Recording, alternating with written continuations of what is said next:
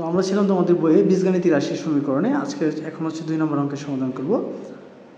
তো 2 নম্বর অঙ্কটা কি বলা আছে? 2 নম্বর অঙ্কটা বলা আছে হচ্ছে 2 অঙ্ক বিশিষ্ট কোনো সংখ্যার অঙ্কদ্বয়ের সমষ্টি 12 এবং এদের গুণফল 27 হলে সংখ্যাটি কত?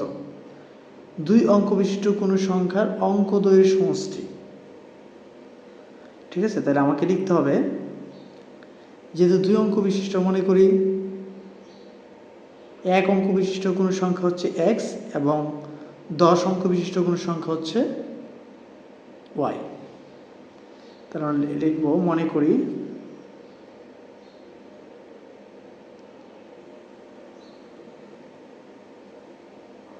এক অঙ্ক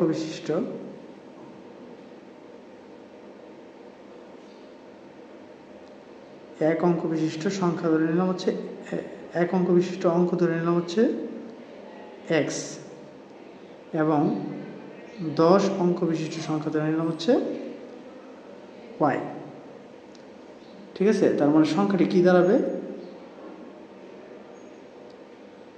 সংখ্যাটি যদি ধরি তাহলে সংখ্যাটি দুইটা যোগ করতে হবে, তাহলে x প্লাস 10y। কারণ কি 10 অঙ্ক বিশিষ্ট সংখ্যা, তো 10 অঙ্ক বিশিষ্ট সংখ্যা মানে কি 10y।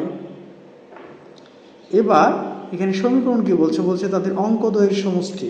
তাহলে একটা অঙ্ক ধরছি হচ্ছে x আর একটা অঙ্ক ধরে নিলাম হচ্ছে কি y। তাহলে এখানে অঙ্ক কথাটা লিখে নিই, তাহলে ভালো হবে, ঠিক আছে? তো লিখব হচ্ছে x plus 10 x plus y equal হচ্ছে 12, প্রথম শর্ত। লিখব এখানে প্রথম শর্ত,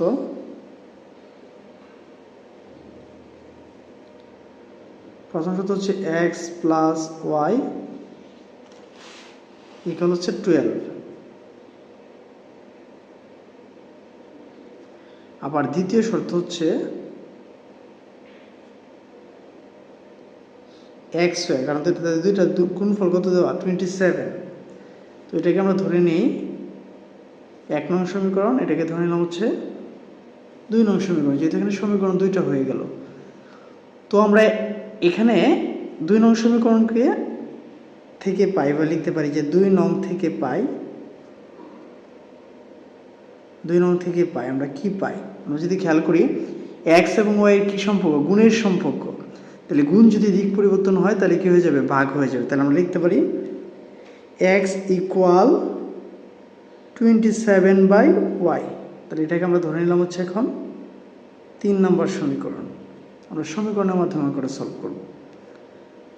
তো এই যে x ইকুয়াল 27/y, এটা হচ্ছে x এর একটা নির্দিষ্ট একটা মান বের হয়েছে। এই x এর মানটা এখন নিয়ে আমরা বসাবো হচ্ছে 1 নম্বর সমীকরণে। কারণ কি আমরা 2 নম্বর অঙ্ক থেকে পাইছি, মানে 2 নম্বর সমীকরণ থেকে পাইছি, আবার 2 নঙে বসানো যাবে না, আমাকে কোথায় বসাতে হবে? 1 নঙে। তাহলে আমার লিখতে হবে যে x এর মান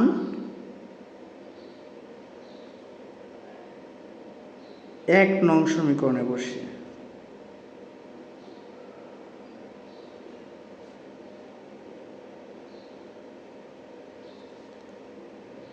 এক নং সমীকরণে যদি বসায়, প্রথমে আছে কি x, তাহলে x এর প্রথমে মানটা বসবে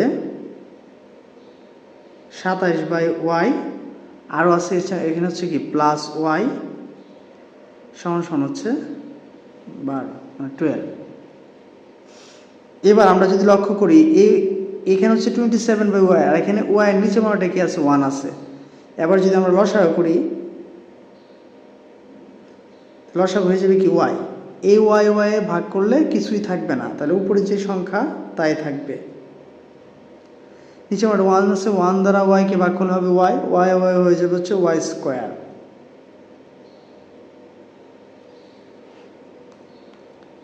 এবার আমরা আর গুণ করবো। আর গুণ করলে কি হবে? যে 27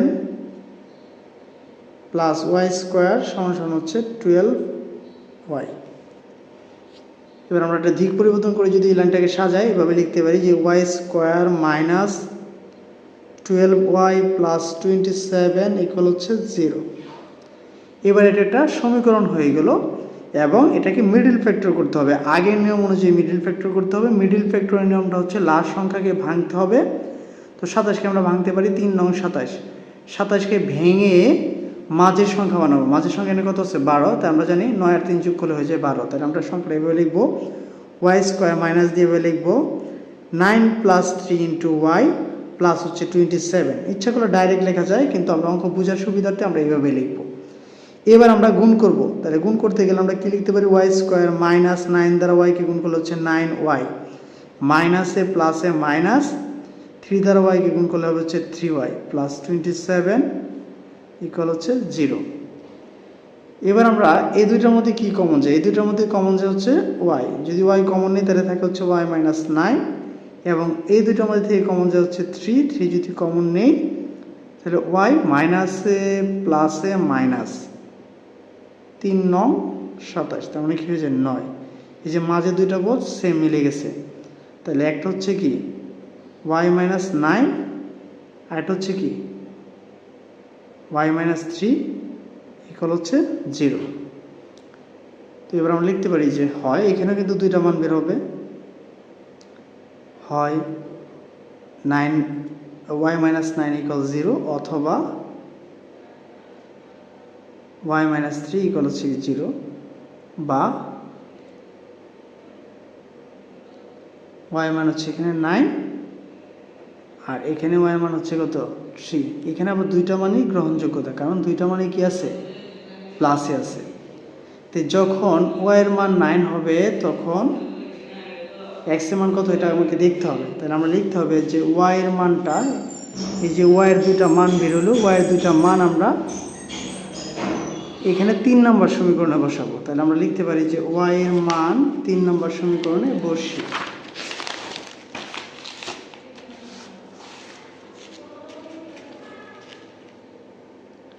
আমরা লিখব হচ্ছে y এর মান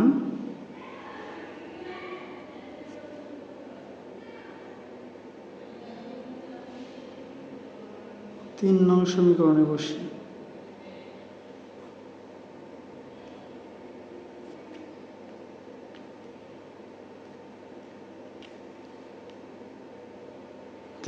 y = 9 হলে x = লিখবো y = 9 হলে x = 27/y ছিল 3। আবার y = 3 হলে x = 27/3 হচ্ছে 9।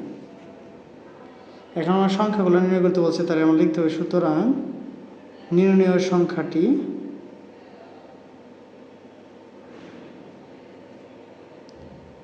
x + 10y ছিল। মান যদি বসায়, x এর মান যদি 3 বসায় এবং y এর মান কত বসাতে হবে 9, 3 + 10 × 9 90 আর 3 93।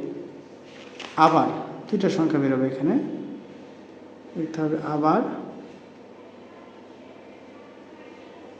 এবার আমরা x এর মান বসাবো হচ্ছে 9 আর y এর মান বসাবো হচ্ছে 3, 3 × 30 আর 9 হচ্ছে 39। তার মানে আমরা দুইটা সংখ্যা এখানে বের করতে পারলাম। ঠিক আছে, তো আশা করি 2 নম্বর অঙ্কটা তোমরা বুঝতে পেরেছো।